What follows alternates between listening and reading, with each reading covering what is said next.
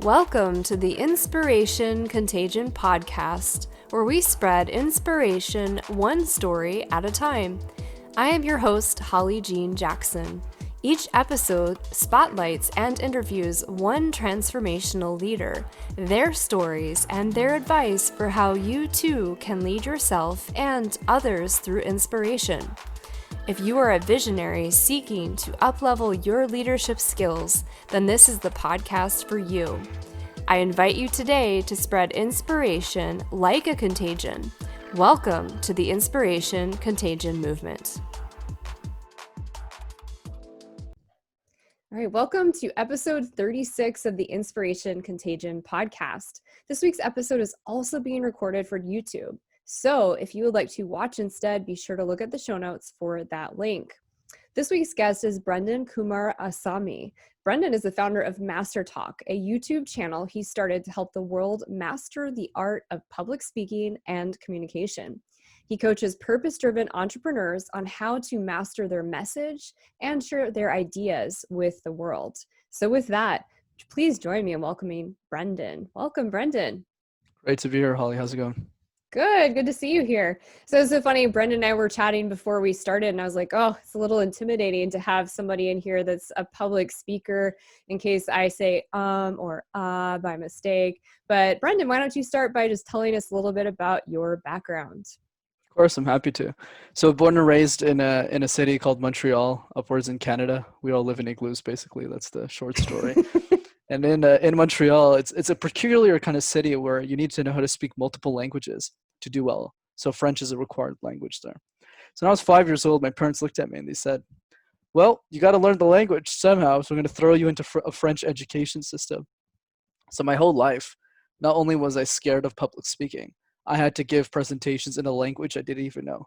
So you can imagine me in like grade 1 or 2 staring at other 7-year-olds and going like, bonjour, and then figuring out the rest.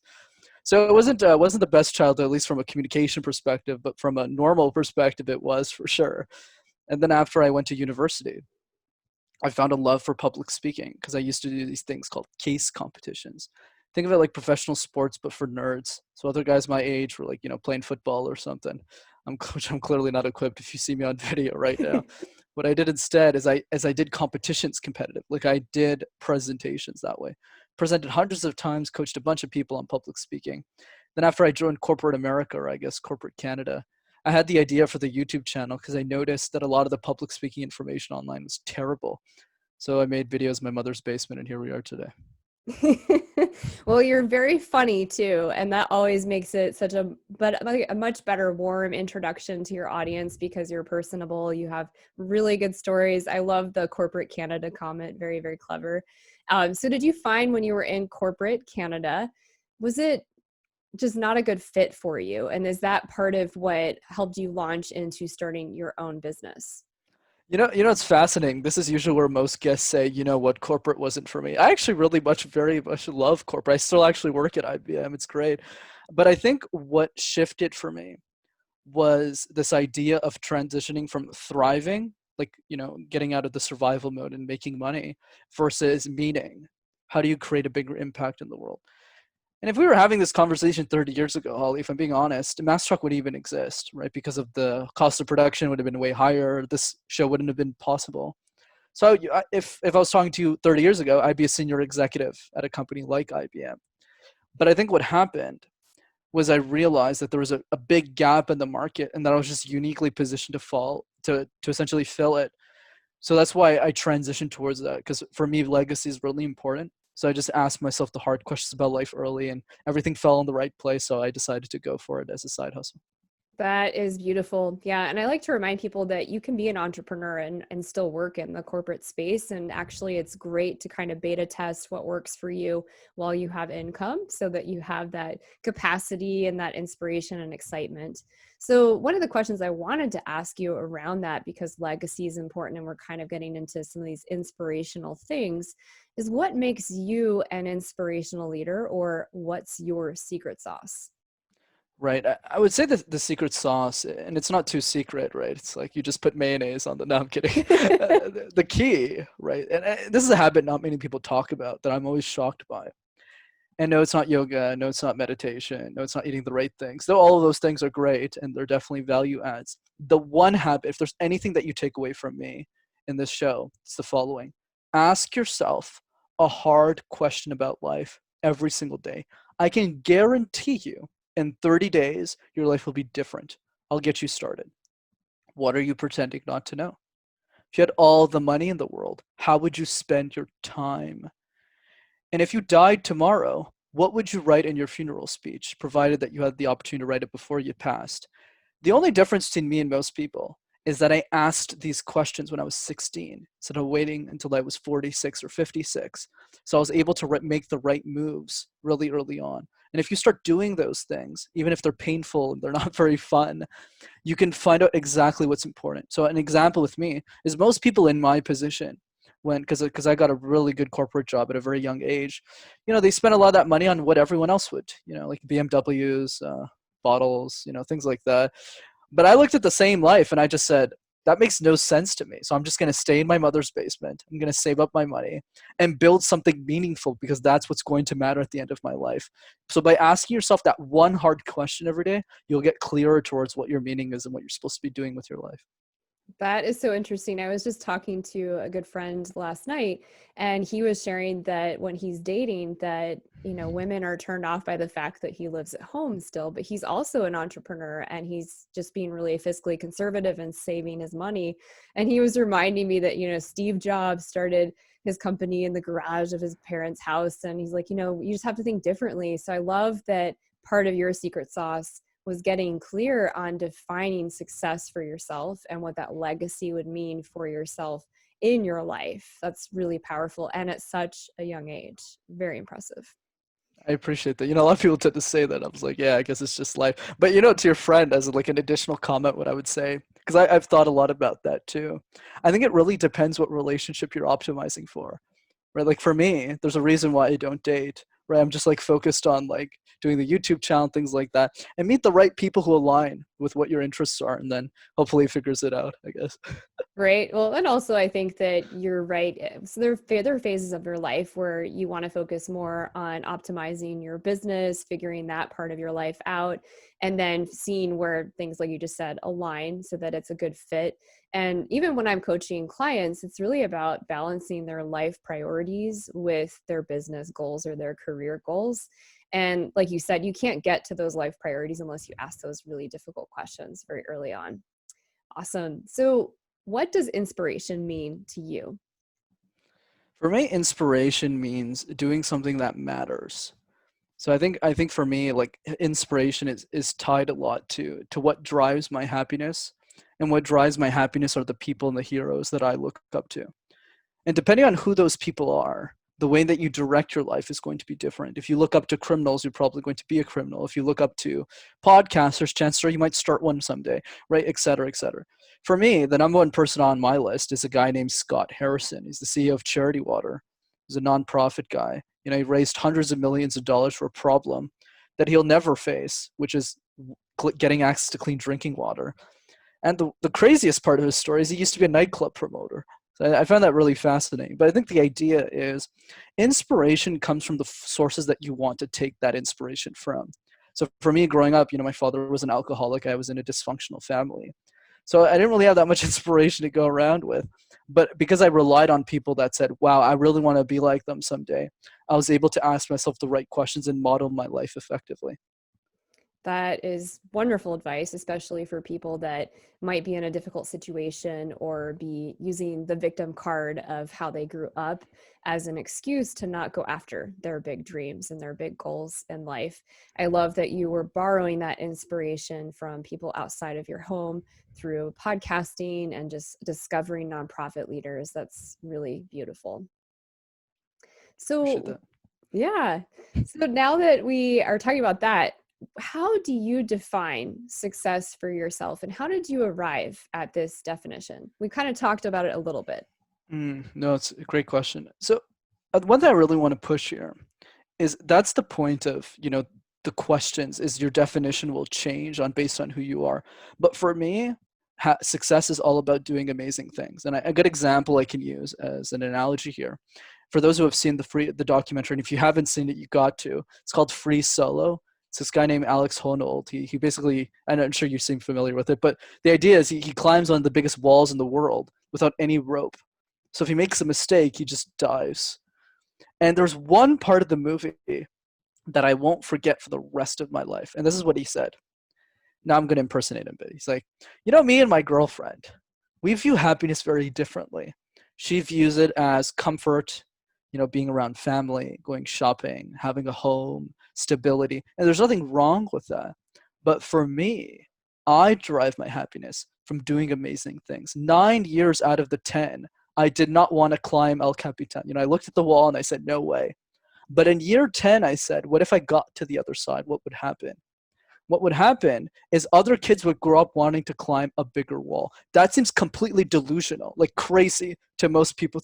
It's like this whole idea of who Michael Jordan would have been if Michael Jordan watched his own documentary when he was younger. It's this whole idea of pushing the human experience. That's what really gets me excited about life. So for me, it's always been about doing important stuff. And I always say this kind of as an example to demonstrate it. The person who needs MasterTalk the most is not the people who are listening to me. It's me, right? If I don't have MasterTalk, who am I, right? What is my identity? What is my contribution to the world? So MasterTalk is a selfish expression of my own willingness to want to give back to society so that I'm remembered after I die, right? So that's what I see success as. But not necessarily in terms of you need to impact millions of people. But I think we all have a moral obligation, especially those who are listening, who are in the 1% of humanity, right? To say, based on what I do know, what can I control? What can I contribute in the way that I think is most helpful? Yeah, I really like that. I like how you're describing success as pushing the envelope, but really defining what that pushing the envelope means for each individual. So that could be something on a smaller scale in their local community. It could be being an amazing parent and just showing up at the house and making sure your kids are well taken care of. And then, like you said, there's those people that have the really super ninja skills and like these really big dreams and goals, those 1%ers, and they're trying to push the envelope even further for all of humanity. And ultimately, if we don't have those people, then we aren't moving forward. And so it's really cool, even though it seems insane to us when we see these people like the Free Solo example. Yeah, it's so powerful and exciting. And just talking about it, I'm like excited. I'm like, yes, that's inspiration. Totally with you. Yeah, that's great. So we know that as we try to go after success, we have these challenges or obstacles that get in the way. So what were some of those challenges that you faced on the way to starting MasterTalk or other things for defining success in your life? Right. So we can spend a whole podcast on just this, but I can give you some examples. So first of all, I started MasterTalk at the age of 22. Who the hell am I to teach anybody about public speaking? I don't hold a PhD from Stanford in communication. But I also started coaching CEOs at the age of 23. So like that had a lot of insecurity when I did that. When they approached me and they're like, hey, can you coach us? And I kind of just went, yeah, sure. And that's one, right? Just messing up a lot at the beginning. The other part that's more specific is this quote unquote brilliant idea I had to share my videos with people. I was like, hey, if I just email every university professor in Canada or something, and they know I existed, they would share my videos with students forever, and I would grow like crazy. Yeah, 50,000 emails and 6 months of work went into the toilet because it turns out most of those professors don't care about a guy who's making YouTube videos on public speaking. So I got a lot of hate email, which is fascinating, but it was a lot of wasted time. If I had emailed 50,000 podcasters instead of 50,000 professors, my life would be very different right now, probably. So yeah, food for thought. That is a very interesting obstacle or challenge. And that's such a great example. So when you're doing entrepreneurship, or even if you're in the corporate world and you're looking for your next job, because a lot of people are experiencing layoffs right now, this is a good reminder that your approach needs to be agile. And when an approach fails, it doesn't mean that something's wrong with you. It's not a reflection of it not being a match. It just means that that wasn't the right approach, and that hypothesis and that experiment was not the right one. So you rebound and fix it. Like you said, now you understand you should have approached podcasters.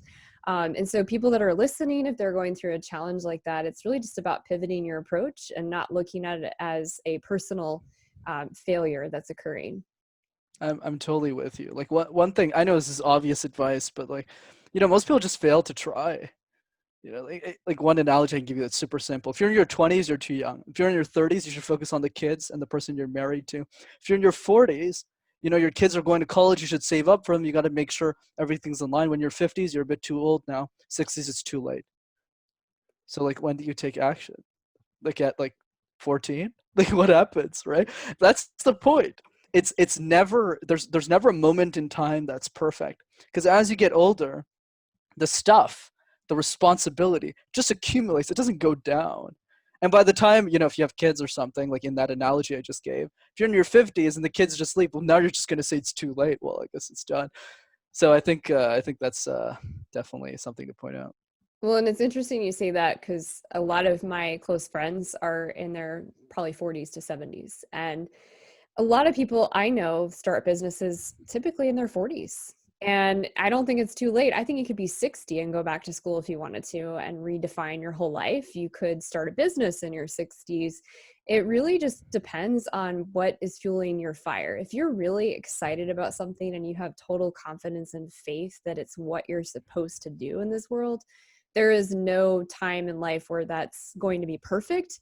But at the same time, it will work out if you actually take small baby steps towards it. And that's what's so exciting to me, is it's really these small steps that you need to take over time. And eventually, if you do one step a day, you get 1% closer to that goal each year. And that's 365% growth every year. And that's pretty phenomenal. That's pretty awesome. Yeah, and you're absolutely right, Holly. And one thing I'd love to talk about that I usually mention here for, I guess, the other 90% who'd actually don't have a passion, don't know what that is or how to find one, because I hate the advice out there. So I'd love to give you my take on it. I personally believe that passions are useless. They're general, they're non-specific. You can be passionate about a lot of things: families, your dog, right, a goat outside of your house, or a sport or something. But what I'm a big fan of is decisions over passions. And instead of asking yourself what you're most passionate about, if you have the answer to the question, you don't need this piece of advice. But if you don't have an answer to it, the new question you need to ask yourself is, what does the world need you to do most right now, and why? When I was 12 years old, the answer to that question was not being a YouTuber. I thought that was for rich people. I didn't know that was a thing for like people like me, because my parents both were minimum wage workers. So I made the decision to be an accountant, right? I wanted to make like good money, get out of poverty, retire my mother. Simple goals, not complicated, though they seemed huge at the time anyways. So I did it. I got the job. Then I said, what does the world need me to do most right now or next? And then it was get a job in technology consulting. That sounded more interesting. Then I got that job. Then I said, now what does the world need me to do most? And that's when MasterTalk fell in my lap. And one thing I want to point out here is, if I never made the decision to be an accountant or to be a technology consultant, I would not even have the communication expertise to even do MasterTalk. Right? So that would have existed if I just sat there and waited for a passion. So the key is get empowered by saying, this is the next decision. This is the next thing I'm going to do. And over a series of decisions, that's when hopefully you'll stumble upon your calling. That is so interesting. And this episode is actually releasing the end of this year. So this is a great time for people to stop and make space to reflect on that question, because it changes over time. And I like how you shared that example that when you make that decision based on that question of what the world needs from you today, it changes every year. It could change every month. And so it's really important to stop and reflect on the answer for you at that season in your life. And I know this year, 2020, with COVID and everything, a lot of people have been pivoting quite frequently in the answer to that question. So the end of this year is a great time to stop and reflect and reset what that is for 2021. So I love that. That's a really beautiful question. Appreciate it. So what is a story of inspiration that you're known for? You've shared some, but what's a really good story of inspiration you're known for? I would say probably the thesis for MasterTalk is one worth mentioning. So when I started, MasterTalk, it was me, my phone, and my mother's basement. Like, it was dark. lonely. I hated the process. I really hated making the videos. And then every week, for the first 6 months, by the way, I thought it was a stupid idea. Right? I thought it was idiotic. I was like, who's going to watch public speaking videos on YouTube? The only reason I did it was because the students I was coaching in university for free, because it was like uni, they were like, you should keep doing it. And the other reason was because the other people on the platform were very good. So over time, what ended up happening is the 10th person came up to me and said, hey, these videos you're making without any budget that sound like garbage, you should keep making them because the content's really good. But over time, what I realized was the thesis for MasterTalk. This is this idea that progression usually leads to obsession. That after 6 or 8 months, I realized that the vision that I had was much bigger. So I'll give you the thesis now that how I've broken this down. Dale Carnegie, who's the author of the book How to Influence Friends and Influence People, was born in the wrong time period of history. Right? So he had a lot of great insights, a lot of great information. But unfortunately for him, he lived in a time where this didn't exist. So the best way to learn public speaking, we didn't get to learn from the public speaking master. For some dumb luck, I ended up being born in the late 90s. I ended up getting older just around the time that YouTube started picking up as a platform. And no other speech coach in the world has yet shared all of their information for free yet in a way that's democratized on YouTube. So I really see myself as the modern Dale Carnegie. And I think the story to all of this is I want to live in a world where every single human being, I don't care if it's an 8-year-old girl in Cambodia or a 16-year-old girl in America, that they all have access to the tools of communication that no one else has democratized yet. But I think the lesson to that story is all big visions always start with a small little action. You kind of just say, oh, this is bizarre. And then over time, you stumble upon this thing. You realize, oh, this is like much bigger. So now I want to die like the biggest speech coach who ever lived. Not because of for my ego, though some of it might be, but rather because if I do become number one, people will remember the ideas that I had to share in relation to communication. So that after I die, people can learn from me forever, since communication will never get commoditized. That is a beautiful and very big vision. And it's so true. Communication, the way it's taught in K through 12 and university, is really not up to par to what it should be. And it's amazing to me. This goes beyond just communication too. It's really just essential business skills, financial skills. It's amazing the things that we don't teach our children through the school system. And so I love that what you're offering is democratized. And I love that, like you just shared, somebody in Cambodia that doesn't maybe have access to as much education, for example, would have access to this for free. Because ultimately, if we have some kind of amazing skill and we're in that 1% and just really driven and passionate, making those decisions on what the world needs and taking action on that, it's not going to be as effective if we're not able to communicate that, right? So it's really beautiful that you're offering that so that people, that when they notice that passion, they can access it and share it. Absolutely. And one other thing that I could add to that conversation is a lot of people have trouble figuring out, like, how do I find the idea? How do I hone into it? And I had 10 ideas for a YouTube channel. I knew I wanted to do a YouTube thing, but I didn't really know exactly what the topic was. But what I noticed was Master Talk was the one thing that I was like, oh, this is like really missing in the market. So how do we find that in between?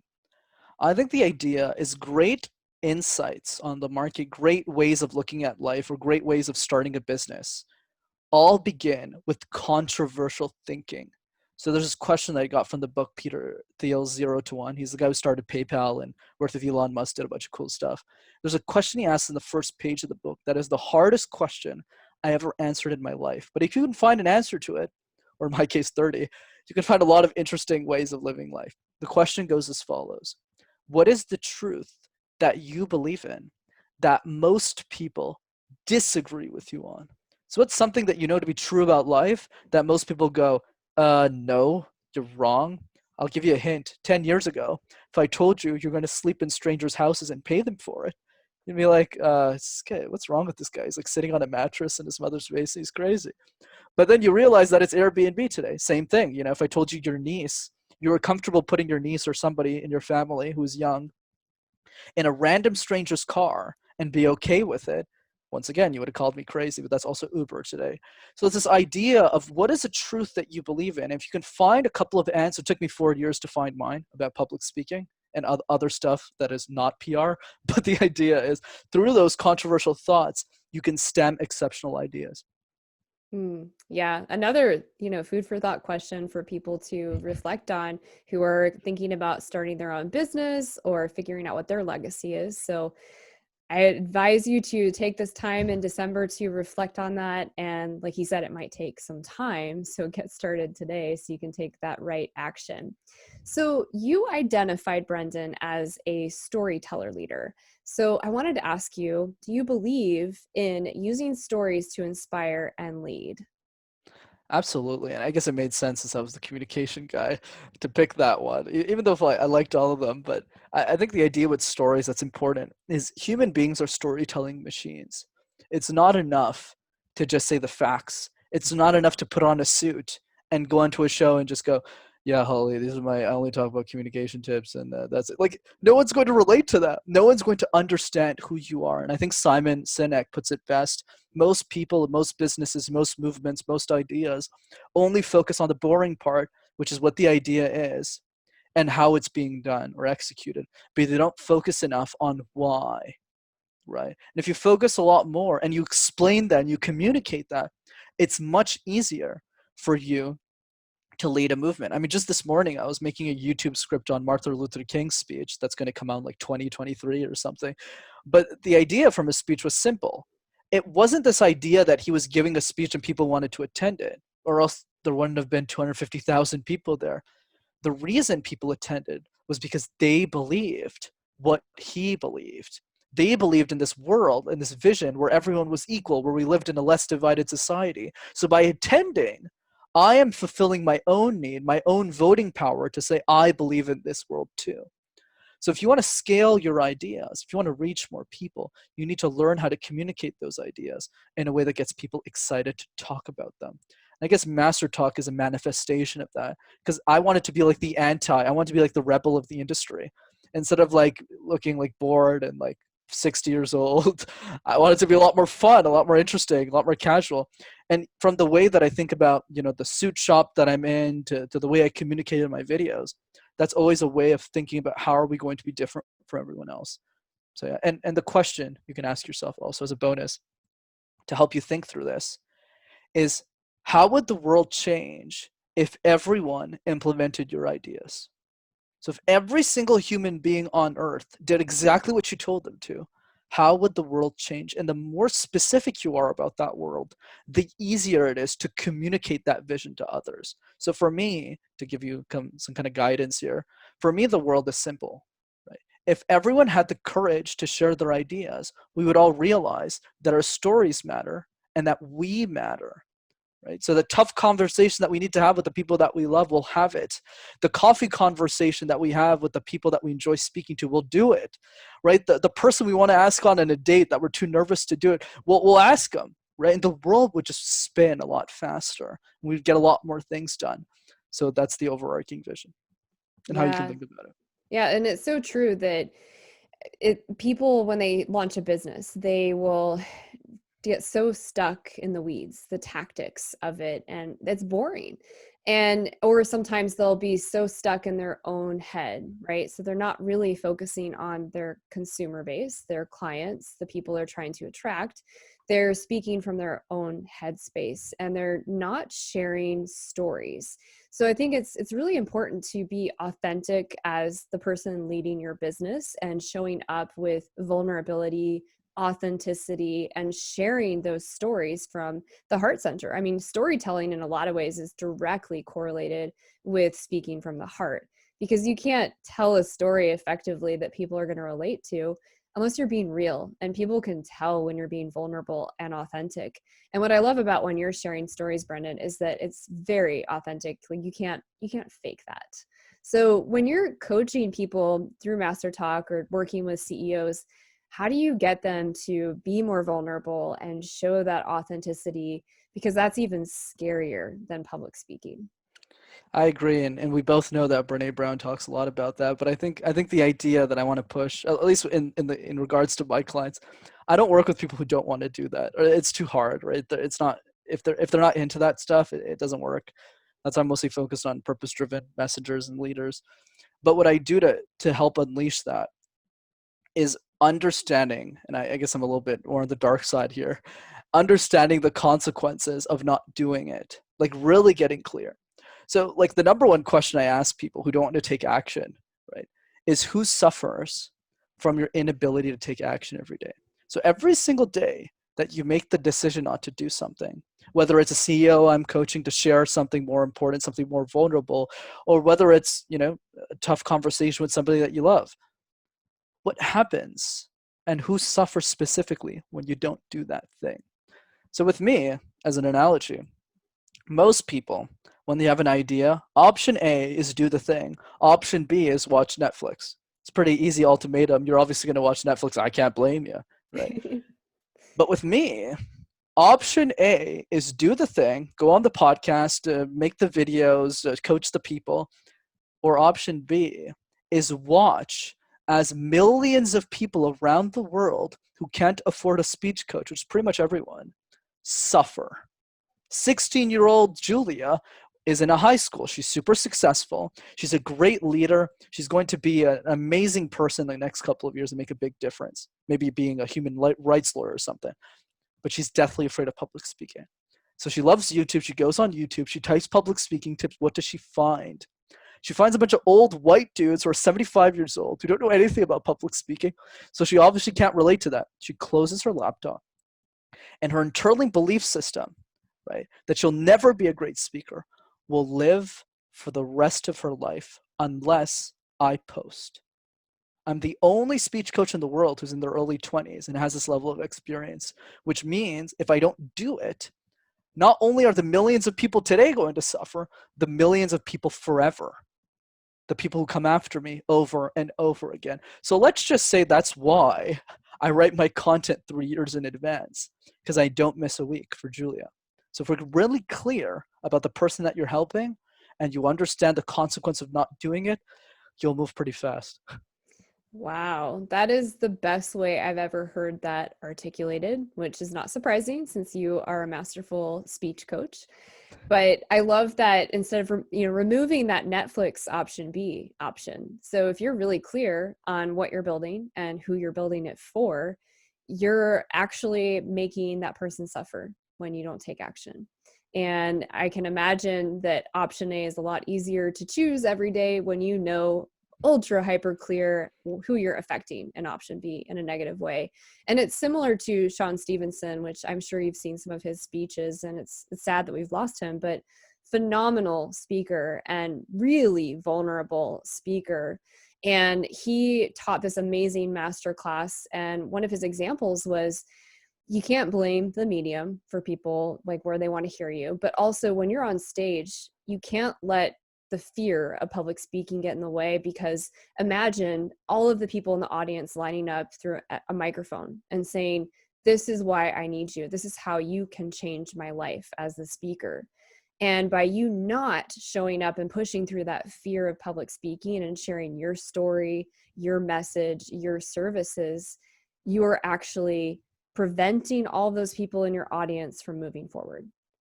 So similar to that, but very well put. And I love removing that Netflix option for young people as well as older people. Yeah, and I think a good way of summarizing Sean's thoughts, and I love that, by the way, is you're essentially telling the people that you need to serve, the people that want to be served by you, to wait in line forever and die waiting in line, right? So Yeah. that's just something I don't want to do, right? So that's why I guess I kept going despite the insecurity of a 22-year-old kid posting videos on public speaking. I got through it, not because I'm more important, not because I'm special, because it's clearly not the case, just because I knew why I was doing it. That's all. Yeah. Yeah. So the theme that I'm hearing in this session today and our talking is getting hyper clear on your vision and your purpose. We just keep really hitting this from different angles, different metaphors, different stories.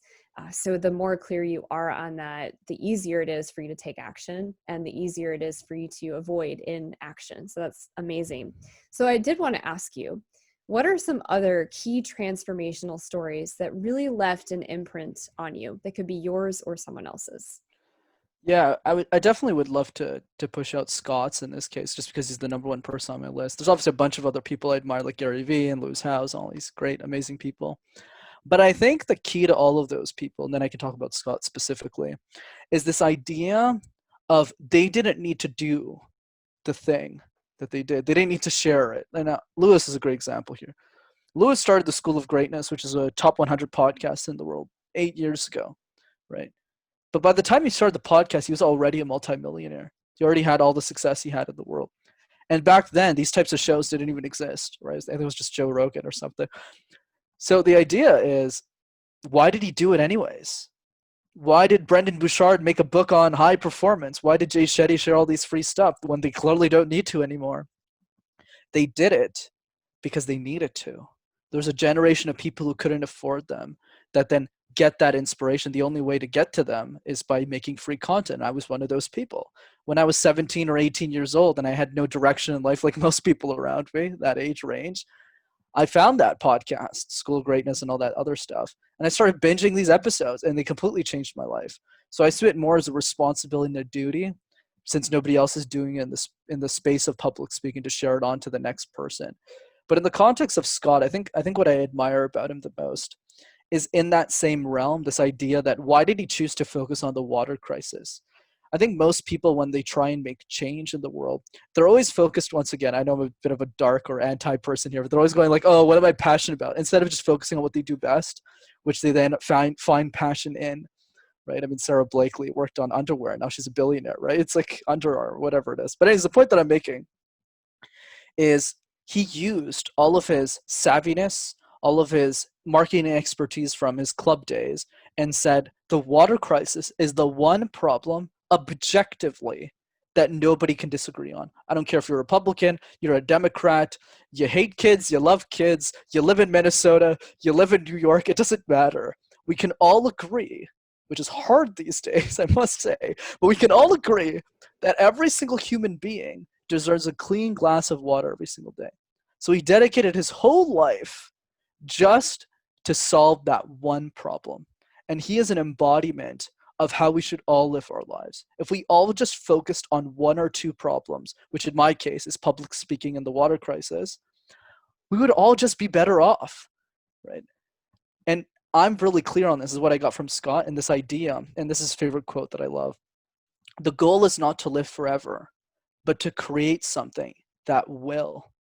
When I read that in his book, I just said, wow, that was so amazing. So I guess the takeaway for people is take ownership of a problem. Don't just look at Black Lives Matter. Don't just look at the wild forests and all that stuff that's happening, all the craziness, and say, oh, this sucks. Let me talk about how this sucks for 30 minutes. Say, what is the one problem that if it's not solved, that it's your fault? For me, if I die before public speaking is solved, before I have the time to share everything, before I have the time to write those books and do those podcasts, do all those things, I'll take ownership of that.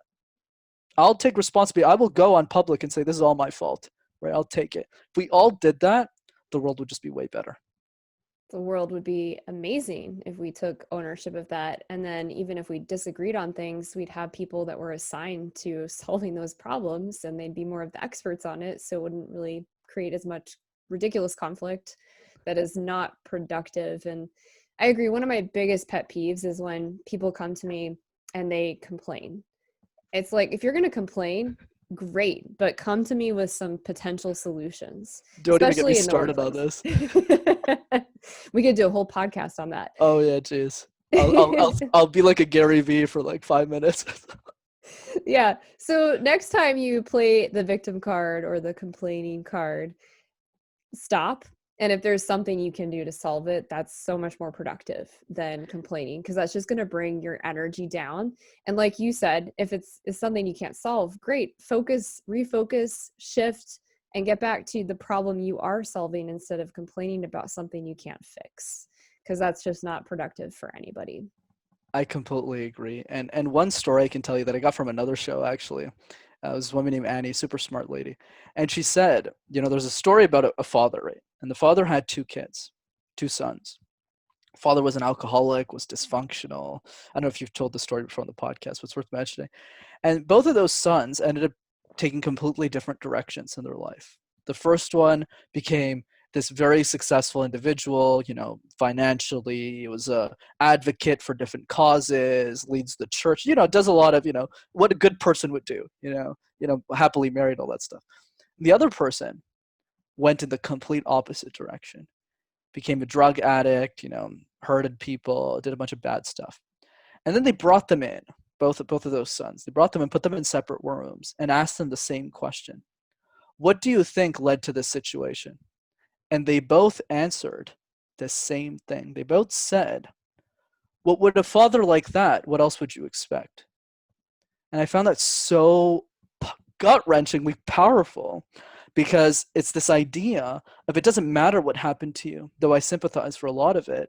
It's all about how you interpret it. So the first son kind of just said, well, my father was an alcoholic in the same way mine was. And I said, how can I not do this? Like, how can I not replicate this? How do I learn the emotional intelligence that men my age don't learn? How do I go to the podcast? How do I go to these events, learn that stuff?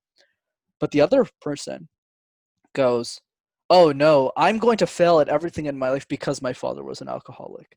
Going back to the victim card. So something to think about. That is so true. And my father also is an alcoholic, sadly not in recovery. And it is so true. I could have easily gone that route of, oh, well, I won't amount to anything. I'm not going to, make it, and I'll become an alcoholic. And I mean, honestly, you probably have this experience too. As a child of an alcoholic, your biggest fear is becoming one. And so for me, it's more like, how can I avoid that? How can I make the best version of myself? How can I make the dad that I knew before he went towards that disease really proud of who I am?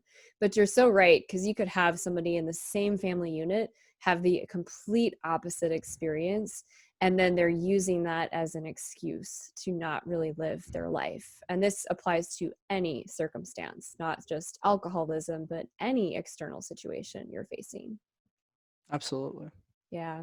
So tell us a little bit more about how you use stories to teach, mentor, and lead. I think the way that I think about it is I help people find the one story that they need to speak out the most. And this is something I recommend for everybody. Out of all of the stories that you have in your life, based on the ideas you want to share with people, what is that one story that you think will really drive this idea and the point that you want to get across? And if you can find that one thing and you deliver it well, and people come up to you, if it's just one person goes, wow, Holly, you really changed my life, that's going to give you that encouragement to go after more stories. So when I started MasterTalk, I never told until recently the one story that I needed to say, which is this idea that, when I was 5 years old, I sucked at public speaking my whole life. And it's not a hard story to say. The only reason I was afraid was because I was very insecure. Remember, I was 22 talking to people triple my age and coaching them public speaking. So I didn't want to seem anything less than perfect. So most of my introductions was my accolades, all of the companies that I worked with, all the CEOs, you would know them, all that stuff, whatever, all the loser mentality stuff.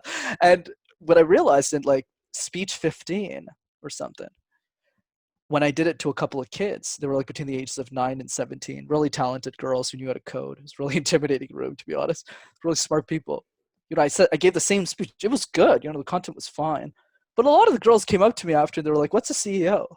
Like, what's an IBM? I don't understand this. And then I just went, oh, like this story is not helping anyone because I'm not telling anything authentically me. So that's when I came back the next year. I told them about, I was 5 years old, all this stuff happened. They laughed. I was a riot. It was great. So I think the point is you don't need to start with this happened to my father. I was 10 years old. And, like we don't need to go into any of that stuff. I mean, Seth Godin is a good example. He doesn't go into any of that stuff. He's uber famous. I think the idea is you want to start with a story that you think conveys what you want to share the most and test it in the way that's comfortable for you. And then if it works, test it with a different emotion, test it again and again, and then move on to the next story and test it again. So now, now I've gained that comfortable, or I've gained more comfort in the stories that I tell. Now I start impersonating 10-year-old girls in my keynotes, right? Because I have that confidence that comes from all of the other stories I told. So a good way of summarizing this thought is communication is a multiplier effect. You get better at one skill, you essentially get better at all of them. If you get better at presentations, you get better at conversations. If you get better at conversations, you get better at tough conversations. If you get better at that, you get better at storytelling, and it creates a positive loop. Yeah, and storytelling is kind of fun to test because you can test it over dinner with people. You can share it with friends. You can share it with family. Obviously, you also want to test it and beta test it with your actual client base, your customer base, the people you're trying to reach. But I agree, it is really about what is the best story in your toolkit that's authentic, that you're ready to share, that ties into your message, and that is going to have a profound, memorable effect on your audience.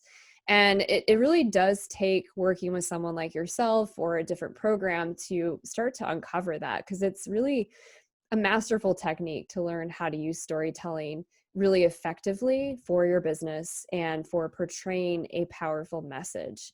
And I know for me, I've been testing a couple stories. One is around my encounter with a bear in the woods, and that's tied to overcoming fear. And that story is probably the most memorable story that I have across friends and business. And then I'm retesting a new story right now around the fires in California and how we're being surrounded by fires in our personal life and how we need to have a strategy and a way forward. And so it's really about just continuously being curious about storytelling and then trying it out in different ways. Like you said, different emotions, your closing story to overcome different objections and portraying those different values in that. Absolutely. That was really powerful. I loved it. Oh, thank you. Yeah, and one thing I can add here, just so because people look at storytelling, they go, "Oh man, that's really complicated. She like met a bear, or like how do I top that?" I'll give you a like super ridiculous example. I was coaching somebody a couple of weeks ago, and she just was, had a lot of trouble understanding like the structure of the speech. So I kind of just said, "Okay, how can I explain this?" Then I was like, "Oh, jigsaw puzzles." So I just asked her, and I'll ask you the same question. When you work on those 1,000-piece puzzles, which pieces do you start with first? The edges. Right, because they're easier to do. But we don't do that in public speaking. We have a presentation in 2 days and we go, oh, let's start with the middle pieces first, shove a bunch of content. And then when we get to the last slide, we go, yeah, so thanks for listening. Really bad. So you need to start treating public speaking like a jigsaw puzzle. Start with the intro and the conclusion first. Present the intro like 30 times. Present the conclusion like 30 times. And then when you see yourself speak at a much higher level than you would have otherwise, that confidence allows you to tackle the middle and make sure when you tackle it, you don't do it alone. I always practice my keynotes with my friends, just pals, not coaches and stuff. So do the same thing. That sounds so stupid, but people will remember that. That's the power of stories.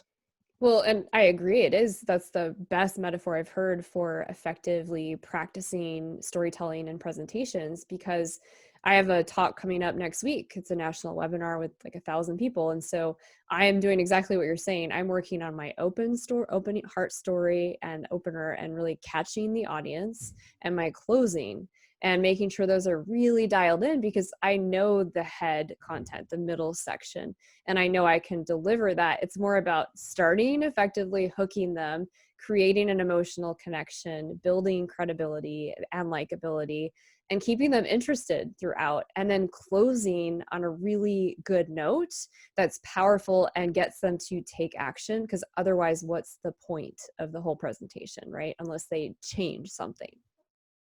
I totally agree. Absolutely. Great. So this was an amazing interview. So many golden nuggets of wisdom. We're going to move now into our lightning round of questions. You ready? Let's do it. All right. What is your favorite book? Thirst by Scott Harrison. Love it. What networking or community group do you love the most? That's a hard. I would say the School of Summit of Greatness community. There's an event in Columbus, Ohio that I go to every year. Best people on the planet. Love it. Hard to top that. Best people on the planet. Yeah. What's the best piece of advice you could share with others today? Be insane or be the same. If you're still listening to this conversation, you still care about what I have to say for some reason. The only piece of advice that matters at the end of the day, I know this is lightning, but I feel like adding more is this idea that the only way to do great things is to learn the art of insanity.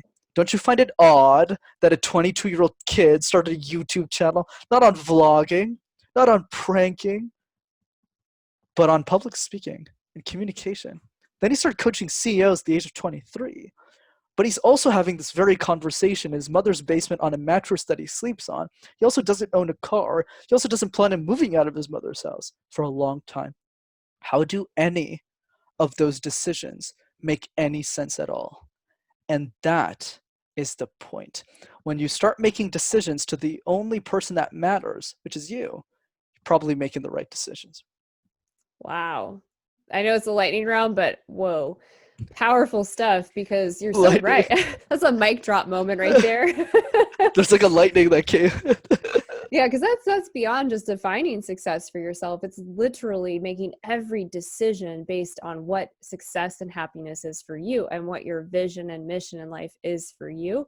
And if people are still listening, that's the one thing you should take away from today. Like, that's really powerful. I love that. Absolutely. And just to build on this even further, just because I love this conversation, just to communicate my weirdness even further, I can karaoke in 8 different languages. I dance alone in my basement for an hour a day. I do all these bizarre things, right? And I hate, talking to most people. I just like long dinners with some people, right? Like all these odd things. You look at me like, why is this guy saying? Oh, and I love Justin Bieber. He's like the best. But the point that I'm driving is most people, because it doesn't matter what I'm saying. The point that I want to drive for people, that's why I'm so insane that I know it, is I communicate it with such confidence, right? I know a lot of people are listening to me right now like karaoke. They like dancing, but not many of their friends know that. And I think that's the weakness. Because all my friends, I only have 6 of them, all my friends know all this stuff. So I'm very comfortable in my own skin. But most people don't go through that exercise because we're all insane. But if we start to really project that insanity onto others, that's when we start to create these weird things like a YouTube channel on public speaking. Well, and that's a powerful message too, because if we are sitting there trying to not be comfortable in our own skin and really live on other people's own definitions of success or what we think they want us to do, we're not going to be happy. So when we embrace our weirdness, or as you call it, our insanity and our uniqueness, then we're actually happy.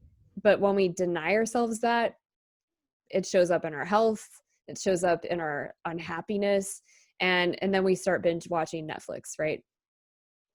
Absolutely. And the other fascinating comment I can push here is this idea that we think that to be liked, we need to do what everyone else is doing. Oh, I should like move out of my mother's house like this year, versus realizing that we actually become more interesting because we communicate the weird stuff. Because the people we actually admire in our culture are the weird people, are the Leonardo DiCaprios who like do all of this. Like one of the movies he prepared for, he like ate like raw meat for 8 months or something. He's crazy. Like he's absolutely deranged. Yet we put him in a pedestal, but when anyone else next to us tries to do that, we bring them back down. Isn't that so bizarre? Yeah, let's stop bringing people down for their insanity. Let's Yeah. embrace the weirdness. I love it. So, if you could share one message with the world, what would that be? The only thing that matters if you are meant to do great things is to do great things. We have very short lives. We're not going to live a long time. So, in the short span that you have, create something that lasts forever.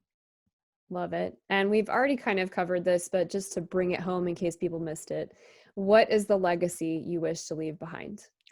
Right. And I think a lot about legacy, but I think the big way of summarizing it is my ultimate goal for the remaining 50, 40, 30 years of my life is to knock out as many problems as I humanly can.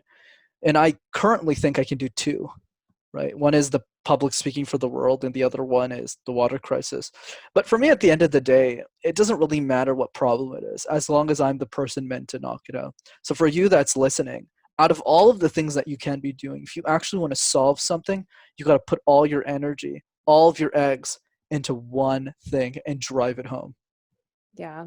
And that can be really scary for people because they might not have the faith or confidence yet in themselves or their skills, or they're just starting that first business or that first launch. And so I would just encourage you to take the risk because you are worth it. And it is scary, but half the things that we do in life that are scary, that's the sweet spot. That's actually where you should be. It should be a little bit scary, but mostly exciting. So if you see yourself in that situation, just go for it. Absolutely.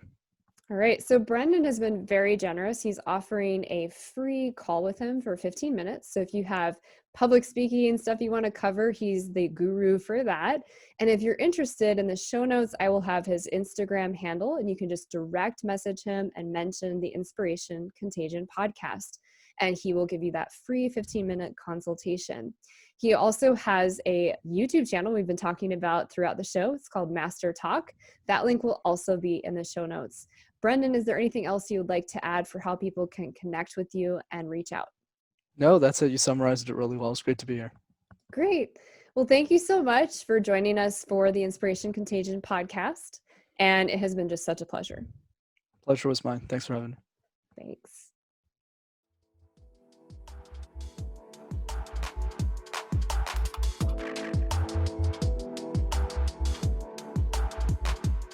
Thank you for joining the show today.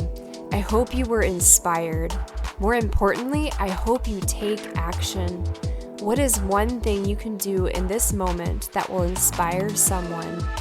Without action, nothing changes. Be the change you wish to see in the world. If this show truly inspired you, we ask that you share it through your network. Help us spread the light and inspiration in the world. I look forward to seeing you here next week.